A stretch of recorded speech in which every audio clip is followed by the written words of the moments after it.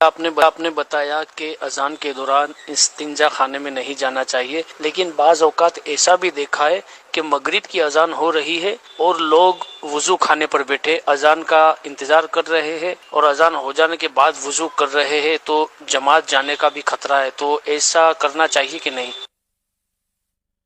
मैंने अजान के ताल्लुक से अर्ज किया था कि अगर टाइम में गुंजाइश है, कोई मुश्किल नहीं है, तो फिर इस्तिंजा उस वक्त ना किया जाए, अदब किया जाए। वरना यह कि जमात जाने का खतरा, तो मैंने तो ये अर्ज किया था इस्तिंजा कर ले, वजू भी कर ले और जमात ना जाने दे। अब जो वजू खाने पर बैठे हैं वो वजू खाने पर भी बैठे होते हैं, घरों में भी इंतजार कर रहे होते हैं, गलियों में गप शप कर रहे होते हैं। जो नमाजी होते हैं उनके हाल भी बाज़ ये होते हैं, और आराम आराम से मस्जिद में पहुंचते हैं। जमात तो मिली तो क्या, नहीं मिली तो कोई सदमा नहीं होता। इस तरह की क्वालिटी होती है। अब दुआई कर सकते हैं, समझाते रहते हैं, नेकी की दावत देते रहते हैं। जमात तो वाजिब है।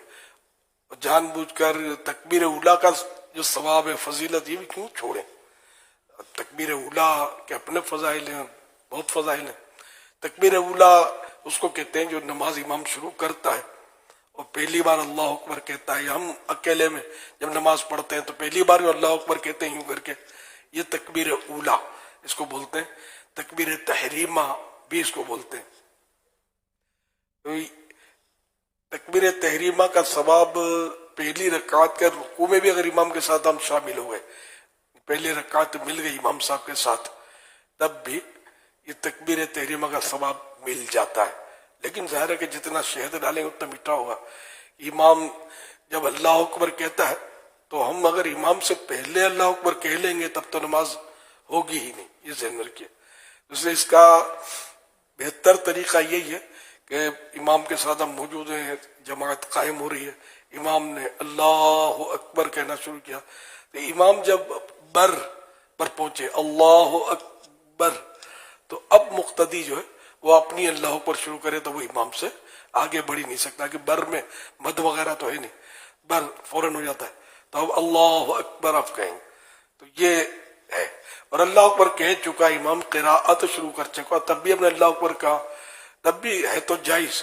लेकिन जाहिर है कि फर्स्ट तो वही कहें कि ज्यादा से ज्यादा वक्त इमाम के साथ मिला, फिर सना मिली, सना का मौका उसमें मिल जाएगा जब इमाम के साथ हम तकबीर तहरीमा जो मैंने तरीक़ा कार अर्ज किया उसके मुताबिक कर रहा है तो मिल जाएगी।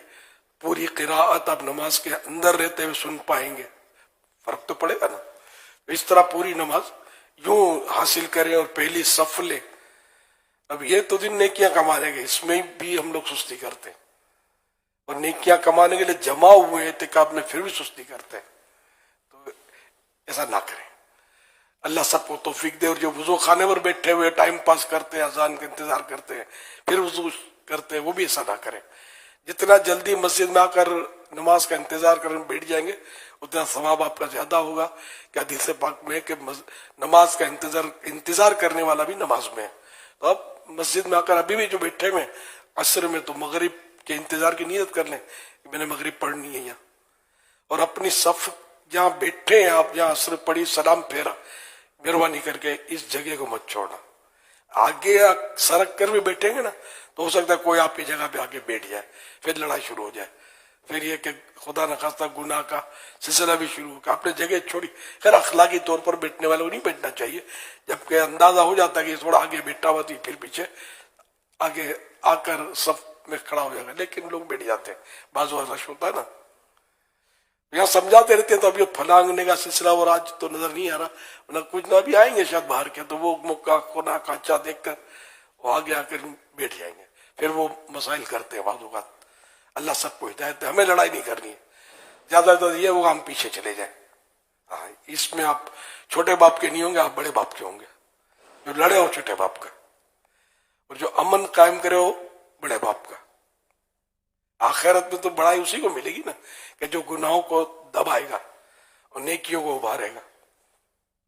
सल्लु अलल हबीब सल्लल्लाहु अला मुहम्मद। वजू खाने पर बैठे हुए हैं, अजान हो रही है या अजान शुरू हुई है, तो अब वजू खाने पर बैठकर अजान का जवाब दे या जल्दी जल्दी वजू कर कर मस्जिद की तरफ बढ़े।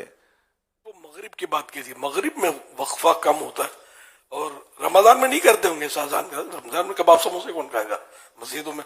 नहीं। पहले आके बैठ जाएंगे वो।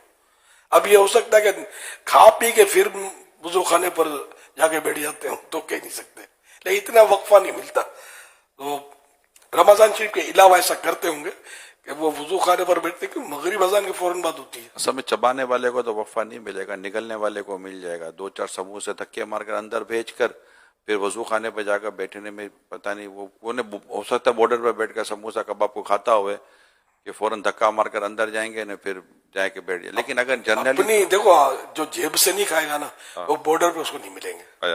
थाल अंदर लेकर फिर ये नहीं कि 2-4 निकले, पूरा थाल जो है ना वो किसका, क्यों नहीं हट जाओ मेरा, वो निकली कर तो भी मौका नहीं मिलता होगा। तो जनरली तो इस तरह वैसे अगर जवाब देने के लिए बैठा कि मैं जवाब दे लूं फिर वुजू करूं, ये नीयत है तो ये उसकी गलतफहमी है। वो पीछे कुछ अजान जो है ना ये वुजू ये खुद जवाब है।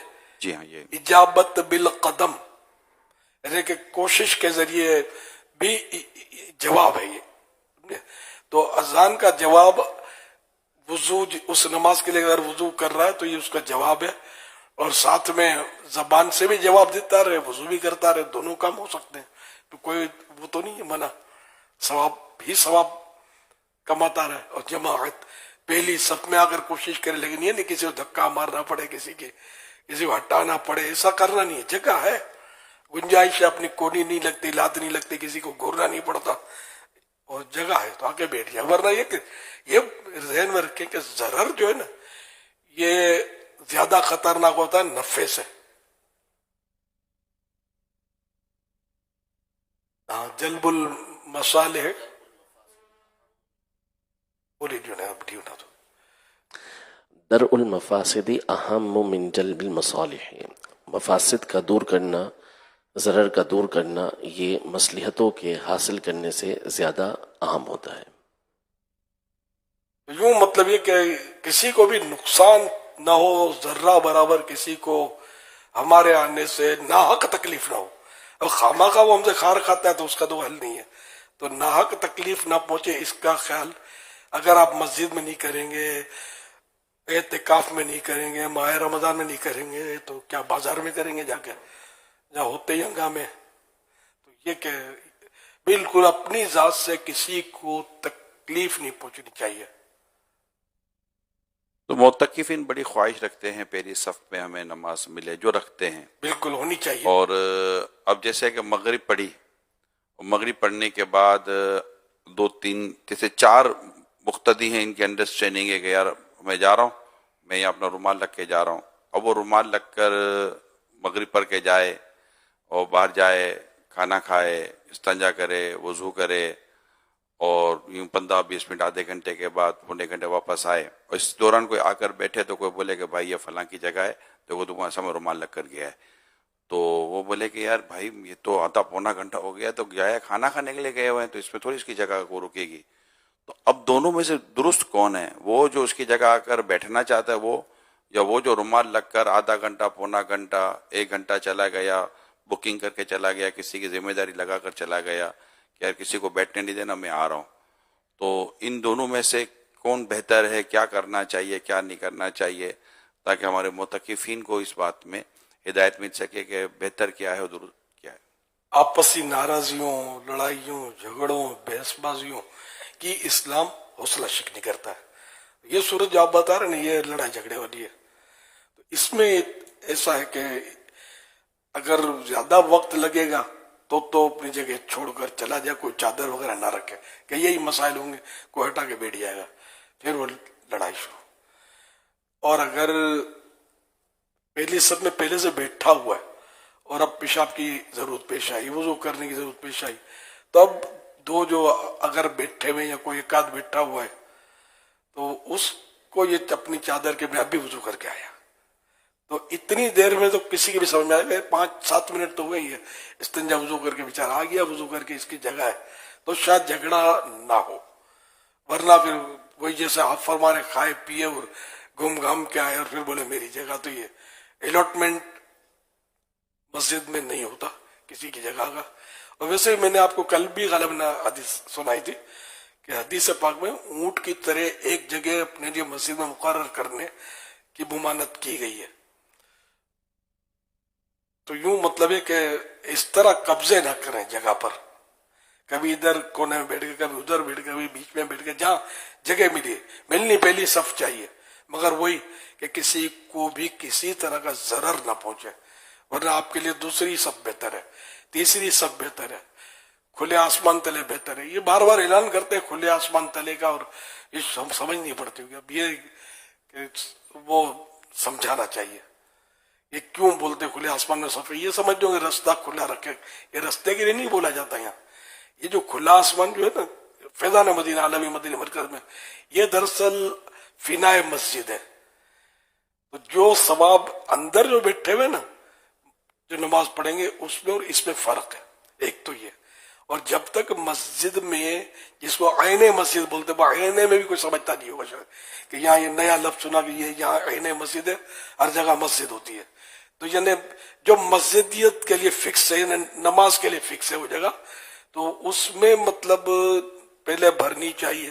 तो एक तो ये कि ये अंदर का हॉल जो भरा हुआ इस वक्त आलमी मदीना मरकज फैजान मदीना में, ये आईने मस्जिद है।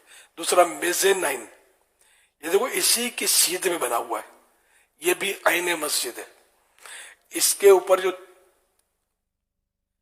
और कमरे बने हुए हैं, ये सब ऊपर जो बना हुआ नमाज की, उसमें भी है जगह, पूरा फ्लोर बना हुआ है, फ्लोर, हाँ ये मंजिल फ्लोर, तो ये भी मस्जिद है। तो जब तक मस्जिद नहीं भरती उस वक्त तक फिनाए मस्जिद में सफ नहीं बना सकते नमाज की, असल मसला ये। फिर ये जैसे ऐलान हुआ कि ऊपर वाले 2 सफे छोड़ के, ये मेज़ेनाइन के 2 सफे छोड़कर ना फर्स्ट फ्लोर की 2 सफे, मंजिल में जो नमाज पढ़ेंगे वो 2 सफे छोड़कर अपनी सब बनाए। अब ये समझ कैसे पड़ेगा? तो ये दरअसल इमाम, अगर ये आगे खड़े हो जाएंगे तो इमाम के, तो इमाम पीछे है ना, तो नमाज नहीं होगी। तो इसलिए इमाम के पीछे खड़े होने के लिए आपको ऊपर की 2 सफे छोड़कर सफे बनानी है, ताकि नमाज पढ़ने वाले इमाम के पीछे रहें। ये हिकमत थी जो ऐलान किया गया। अगर इतना सारा समझाने का उस वक्त भी नहीं होता, जमात भी कायम करनी होती, हर बार 15 मिनट का बयान कैसे हो जमात कायम होने से पहले। मैंने कहा चलो एक साथ आपको ये मसलों की तरफ तवज्जो दिला दूंगा, आइंदा इसको फॉलो करना। अब जो नहीं सुन रहे, बातें कर रहे इधर उधर, वो सरापा मसला बन जाते होंगे बाद होगा कि क्या हो रहा है, क्या बात हो रही है, समझ नहीं आ रही। तो यूं खुले आसमान तले अभी बैठे हुए तो कोई हर्ज नहीं है, लेकिन ये नमाज में जमात कायम उस वक्त करेंगे जब ये सारा भर जाए। तो अब ये इधर की बारी आई है, तो खुला आसमान है, फिनाए मस्जिद, यहाँ सफे कायम की जाएंगे। लेकिन लोगों की सुस्ती तो मुझे पता है, तजर्बा है। जगह नजर आ रही है सफ में। मैं ऐलान करता था पहले, अंदर जब नमाज पढ़ाता था ना, मेरे को अवाम के साथ, रे जन्नत की तरफ बढ़ो, सवाब मिलेगा, सब चाहिए ही नहीं जन्नत, क्या करे? ये इल्जाम बढ़ते ही नहीं थे आगे, जिसको बढ़ना है बढ़ता था, नहीं बढ़ते खाली देखते थे। अब इतनी नजर कहाँ तेज है कि मतलब इतनी दूर से कोने में वो अंदर समझ पड़ जाएगा कोने में जगह है क्या नहीं है। चल कर देखना पड़ता है, जहाँ लंबी सफे होती ना, जगह है क्या नहीं है।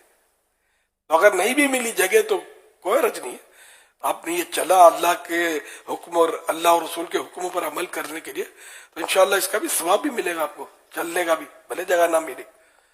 जबकि अंदाजा है कि जगह हो सकती है, कंफर्म पता है कि जगह नहीं है, वो अलग दूसरी बात है, तो वहां इसमें चलने की जरूरत भी नहीं है। उम्मुल मोमिनीन हज़रत सय्यदतुना आयशा सिद्दीक़ा रज़ियल्लाहु अन्हा से रिवायत है, अल्लाह के प्यारे प्यारे नबी सल्लल्लाहु अलैहि वसल्लम ने इरशाद फरमाया, जो सफ के खला को पुर करेगा, खला मीनिंग गैप, अल्लाह पाक उसका एक दर्जा मीनिंग ग्रेड बुलंद फरमाएगा और उसके लिए जन्नत में एक घर बनाएगा। जन्नत की तरफ बढ़ो, जन्नत की तरफ बढ़ो, जन्नत की तरफ बढ़ो, लेकिन बेनियाज़ है जन्नत से, माज़ अल्लाह। नियत ये नहीं होती, लेकिन सुस्ती गालिब। जब पीछे खड़ा हुआ आदमी जो है ना, जो बिल्कुल आखिर में खड़े होते हैं, वो भी इशारा कर दे, जाओ ना, बोलने जाओ ना, अब जाओ कोने में जगह खाली है, अरे अल्लाह के बंदे खुद आगे वर्ग, यानी बीच में खड़े होने का ना, सीढ़ी से आगे बीच में खड़े, ये तकरीबन मसाजिद में होता है। और कोनों में, बड़ी मसाजिद में उमूमन राइट लेफ्ट कोनों में, तकरीबन कोनों में बड़ी बड़ी जगह खाली होती है कि अगर उसको पूर्ण किया जाए तो शायद बाहर के कई सफ़े खत्म हो जाएंगी। तो ये बस आप भी तवज्जो करें कि यार अंदर जगह मिलती हो, ज्यादा करीब जगह मिलती हो तो सवाब की बात है ना। फिर जब नहीं जगह में तो पीछे पीछे चले जाएंगे। दुनिया में भी देखें ना, जितना आगे से आगे, यार आगे लाइन में आगे जगह मिल जाए, लाइन में आगे जगह मिल जाए, सब आगे बढ़ने की कोशिश करते हैं, लेकिन सफ़ों में हमें सुस्ती, पर अल्लाह पाक हमारी सुस्तियां दूर करे और हमें सवाब का हरीस बना दे। माशाअल्लाह। ये हदीस पाक जो सुनी आपने, ताबरानी औसत हदीस नंबर 5797, जिल्द 4 सफ़ा नंबर 225। ये जो हदीस पाक पूरी की ना मैंने, वहां ये हवाला एडजस्ट करना है इंशाअल्लाह। तो अब यह कि जन्नत की तरफ बढ़े चले जाना है। और इतने सखी नहीं बने, दुनिया में 1 इंच जमीन के लिए लाशें गिरा देते हैं। जमीन के झगड़े कितने होते हैं, माँ बाप को मार देते हैं जायदाद मिल जाए, और इतनी बड़ी जन्नत, इतनी बड़ी जन्नत, इसके लिए 2 कदम उठाने। और वैसे भी फिजिकली इस तरह चलना जो है ये सेहत के लिए भी अच्छा होता है। वर्जिश है इसमें, एक्सरसाइज नहीं करते तो चला जा, तू चला जा, आप जाइए, इतनी सखावत है। तो सखावत कहाँ करनी है भी देखना है। तो ये सखावत नहीं, हमाकत है। जबकि जन्नत मिल रही तो 2 कदम चल के चला जाए, जिसकी मिन्नतें क्यों करे। घरों में भी अगर ऐसे इस्लामी भाई सुन रहे हैं या मुख्तलिफ मकामात पर जो आशिकान रसूल सुन रहे हैं, तो पहली सफ का भी मसला अमीर सुन्नत में हल कर दिया कि अगर आप पहली सफ में हैं और आप कहीं वजू वगैरह इस्तिंजा के लिए जा रहे हैं, तो जाहिर है कि आप वहां पर कपड़ा रख के चले गए कि भाई मैं आ रहा हूँ। लेकिन अब आप इसके अलावा सारा मामला करा कर आना चाहते हैं, तो मेहरबानी करके इस तरह अपनी सफ की जगह अलॉट करके ना जाए। औरों को भी गुंजाइश होनी चाहिए, ताकि इसमें मस्जिद अल्लाह का घर है, इसमें मसाइल नहीं होने चाहिए। मजीद ये कि जो आगे पहली सब में बैठते हैं, मरहबा, अच्छे लगते हैं, अल्लाह इनका सदका मुझे नसीब करे। ये ज़हन में रखिएगा कि बाज़ वक्त पेशाब लग जाता होगा और कुछ पेट में पटपुट हो जाता होगा, तो इसमें यह कि अगर कोई ऐसी सूरत हाल है और शिद्दत है, तो ऐसी शिद्दत की हालत में नमाज मकरूह तहरीमी होती है। तो फिर पहली सफ छूटे चाहे जमाअत छूटे, ये जाना है, वुज़ू वगैरह करके आना है। तो ये ख्याल रखिएगा। तो ये जरूरत पड़ सकती है, तो इसलिए वो पहले से ये तैयारी कर लेते होंगे, फारिग होकर आगे बैठ जाते होंगे जो पहली सफ के हैं। अब कोई इस तरह नहीं तवज्जो है, मसला पता नहीं, तो मेरा मसला इस ज़हन में रखिएगा कि अगर इसी तो बस चादर रख दे, अब कोई रख दे, रुमाल रख के, चादर रख कर कि मैं अभी आया वुज़ू करके, यहाँ तो माशाअल्लाह अच्छी गैदरिंग है, तो जो 1-2 अतराफ में उनको गवाह कर दिया कि मैं आया, मेरी जगह है, तो उम्मीद है कि इसमें वो दूसरा भी आपकी जगह का तहफ़्फ़ुज़ करेगा। फिर भी कोई अगर बैठ गया तो झगड़ा नहीं करना, फिर पीछे चले जाना। इस आपके दिल शिकनी और दिल टूटेगा, थोड़ा सवाब मिलेगा इसमें। ये टूटे हुए दिल ही खास उनकी कमाई है। सल्लु अलल हबीब सल्लल्लाहु अलैहि मुहम्मद। अमीर रसूल की बारगाह में अर्ज है कि मस्जिद बैत की नीयत कर ली और अब उसमें इस्लामी बहनें एतकाफ कर रही हैं, तो क्या वो दौरान एतकाफ मस्जिद बैत को बढ़ाने की नीयत कर सकते हैं? मसलन आधे कमरे में नीयत की और अब एतकाफ में बैठ गई और जरूरत महसूस हुई, तो पूरे कमरे को मस्जिद बैत की नीयत कर सकते हैं? रहनुमाई फरमा दीजिएगा, जज़ाकल्लाहु खैरन। वय्याकुम, बिल्कुल कर सकते हैं। सल्लु अलल हबीब सल्लल्लाहु अलैहि मुहम्मद। मेरा नाम उवैस है। मेरा अमीर सुन्नत की बारगाह में सवाल है, जो ईद पर ईदी दी जाती है, तो इसकी क्या शरई हैसियत है, या मतलब ये सहाबा की सुन्नत है या औलिया की सुन्नत है, इसके बारे में इरशाद फरमाइएगा।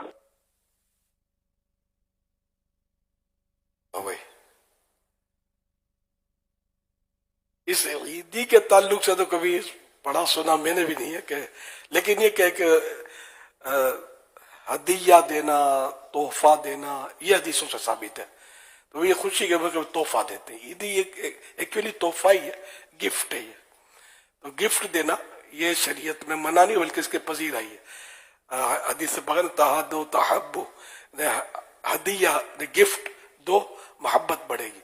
तो कोई हमें गिफ्ट देगा तो अच्छा तो लगता है ना, कोई छीनेगा तो कितना बुरा लगता है, छीन दिया और दिया, माशाअल्लाह, समझे।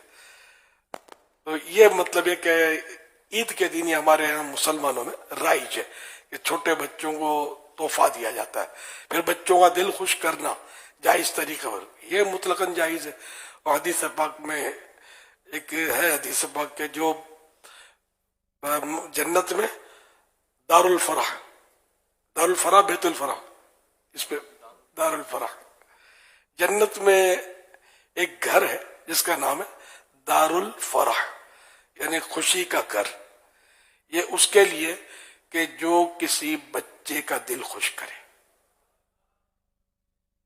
अच्छा, फिर इसकी शराब में लिखा है कि जानवर के बच्चे का दिल खुश करे, उसके लिए भी ये फजीलत है। तो अब ये कि ईदी देने पर बच्चे का दिल खुश होगा या रंजीदा होगा, ये आप समझ सकते हैं कैसे खुश होते हैं बच्चे। ये तो इन दिनों नोट भी मतलब कड़क कड़क रखते हैं, तो बच्चा मेले नोट से खुश नहीं होगा, कड़क नोट से खुश होगा। वो बच्चियां पर्स रखती हैं खूबसूरत से ईद के दिन, तो बच्चे भी संभालते हैं, और मेरे को इतनी ईदी मिली, मेरे को इतनी ईदी मिली।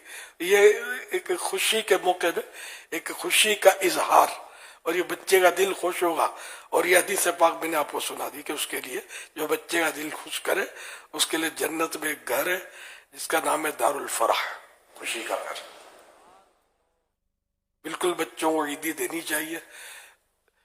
जो अपने से छोटों को भी ईदी देते, बड़ों को भी अगर किसी ने ईदी दी तो भी सही है। मतलब जैसे इमाम साहिबान, खतीब साहिबान, मौज़िन साहिबान, इनको भी गालिबन लोग देते ही होंगे ईदी। तो नहीं देते थे तो देना चाहिए। अपनी इमाम में नमाजें पढ़ाते हैं, और मतलब ये कि जनाजा भी इन्होंने ही पढ़ाना होता है। सेठ साहब आकर जनाजा नहीं पढ़ाएंगे, कोई वजीर आकर हमारा जनाजा नहीं पढ़ाएगा, MP है वो भी, इनको जनाजे की नमाज आती है कि नहीं आती पूछना भी नहीं अपने को, समझे। ये नहीं पढ़ाएंगे, नमाज इमाम साहब पढ़ाएंगे, खतीब साहब पढ़ाएंगे, इमाम साहब नहीं, मौज़िन साहब जनाजे की नमाज पढ़ाएंगे। तो ये हमारे लिए अहम लोग हैं जो अल्लाह की बारगाह में वसीला है। तो इनकी खिदमत ईद के बहाने कर देनी चाहिए। वाकई मैंने ऐसे सफेद पोश बादुआ देखे कि कपड़े वो साफ सुथरे पहनते, इमाम खतीब हैं, और मतलब क्या बोलते हैं अपने, और खुददार, तो घर में वो दाल रोटी होती है, समझ जाओ, इतने में गोश्त नहीं। गोश्त यार कोई गरीब आदमी थोड़ी खा सकता है, कितना महंगा हो गया गोश्त। किसी ने वो तो बहुत पहले मुझे बताया था कि हमारे शहर में वो अपने ईसाई भाई होंगे तो बोले वो ईद बकरीद के दिन में गोश्त खाते हैं। बाकी बेचारों की तनख्वाह इतनी नहीं है, गोश्त कहाँ से लाएंगे। एक बार किसी को मैंने मशवरा दिया कि आप फल वगैरह खाया करें, बोला मेरे इतने बच्चे में फल कैसे खाऊं, नहीं खा सकते। जहाँ है वहां बेशक ढेर लगा हुआ है, तो हम समझते हैं कि अपना पेट भरा हुआ है तो सबका पेट भरा हुआ है, ऐसा नहीं है। तो इस तरह इमाम या खतीब होते हैं, सफेद पोश होते हैं, इनकी तनख्वाहें इतनी नहीं होती, लाखों रुपए तनख्वाहें नहीं होती, बात माने मेरी। ये आमतौर पर या तो गरीब होते हैं या मुतवस्सित होते हैं। हाँ, कोई मशहूर हो, कोई बड़ी मस्जिद हो, मशहूर इलाका हो, मतलब वाज वगैरह करते हो, मतलब तो ऐसे पावरफुल कितने होते हैं, थोड़े थोड़े तो होते। कॉलोनियों में मस्जिद के इमाम की तनख्वाह तो पूछो आपको यार सर्दी लगेगी, कोई 20,000 बोलेगा, कोई 15,000 बोलेगा, उसमें क्या यार गुजारा होगा, क्या खाएगा बेचारा। कल शहरी फोरम में मुफ्ती शफीक साहब बता रहे थे कि हमारे पास मसाइल आते हैं, तो ऐसे इमाम साहब के भी मसाइल आते हैं जो इंटीरियर में गांव देहातों में होते हैं, इनकी तनख्वाही नहीं हुजूर, या तो को उशर के को 2 बोरे पहुंचा देंगे, या कभी कोई ऐसी चीज हुई तो वो पहुंचा देंगे, तो वो बैठ के सिर्फ इंतजार करते हैं कि हमारे पास कुछ ऐसा आएगा तो हमारे घर में बनेगा, लेकिन वहां के इलाके में इनको सैलरी नहीं दी जाती। ऐसे इलाके भी हैं।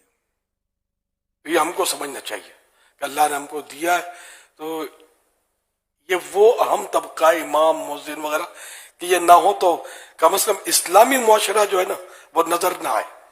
इस्लामी मुआशरे की जान है ये लोग। हम अमूमन बताते हैं, मेरे नाजरीन भी मदनी चैनल के और हाजरीन सब इस पर गौर करें, तकरीबन दुनिया में तनख्वाहें कम होने पर कोई ना कोई इदारे के लोग आकर एहतजाज करते हैं। आप देख लें, ना डॉक्टर बचे, ना वकील बचे, ना टीचर बचे, ना उस्ताद बचे, ना कोई नहीं बचे, सब आ जाते सड़कों के ऊपर, हमारी तनख्वाह बढ़ाओ ना काम है। हॉस्पिटलों पे मरीज बेचारे दम तोड़ रहे होते हैं, लेकिन इनका इलाज कराने कोई नहीं होता कि हमारी तनख्वाहें सही करो, हमारी मुरादें सही करो। अगर कोई सड़क पर नहीं आया ना तो ये हमारा इमाम आशिक रसूल सड़क पर नहीं आता कि मेरी तनख्वाह बढ़ाओ वरना नमाज नहीं पढ़ाऊंगा।